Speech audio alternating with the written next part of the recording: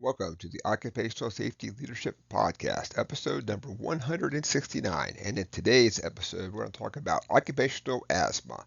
I have not worked with any of the chemicals that we're going to talk about. I have known some people who thought they had it, but it was really hard for them because, as we'll see as the presentation goes, wasn't always there. So it makes it really hard to say this chemical for you, of course, was occupational asthma, and other times it's not. So it made it really hard to diagnose. But let's just dive right into this whole thing then. So let's start off with just a little definition here. So occupational asthma is a type of asthma that is directly related to the workplace environment, which is caused by inhaling fumes, gases, dust, and other potentially harmful substances while on the job.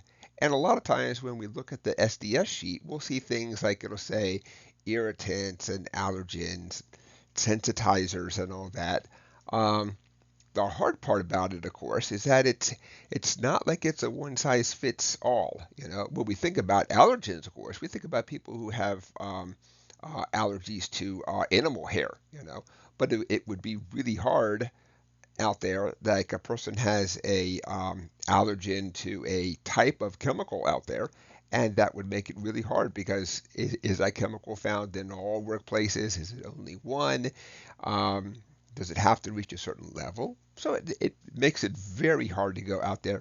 And when we also think about things like irritants and sensitizers, also, things like formaldehyde come back when we think about certain glues and epoxies and all that kind of stuff out there.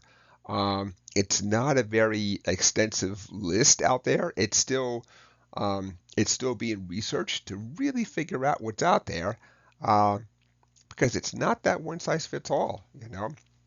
So let's look at some of the symptoms that folks say they experience with occupational asthma.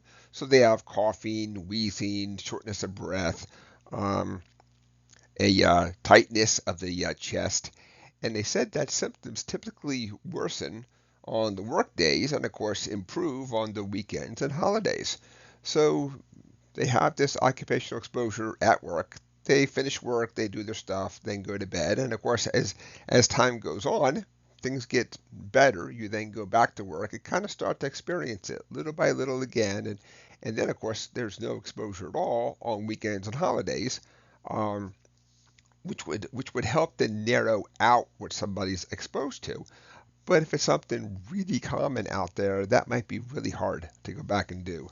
So, in a nutshell, this is a really hard thing to go back and solve.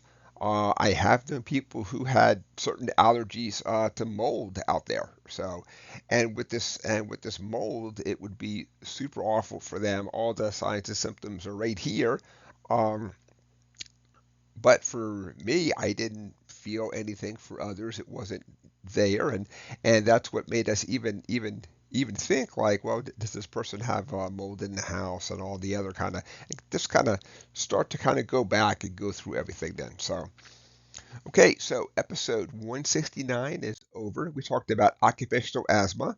Um, and I hate to kind of keep going back and just giving kind of these weasel answers, but this is one that they're still in the process of really trying to understand. Is it really extensive? Is it not extensive? And is there a certain threshold? We'll say a certain ppms where it seems to occur for most people, and for others it doesn't. So it's really something that has to be studied out there to really understand more. The more I dive into it, I'm just kind of starting this journey, trying to understand this. It looks like it's reasonably prevalent, but because it's so small in pockets, um, it's really hard to find that correlation. So 169, complete occupational asthma. Thank you for joining me today. My name is Dr. David Ayers. Thank you, and have a safe day.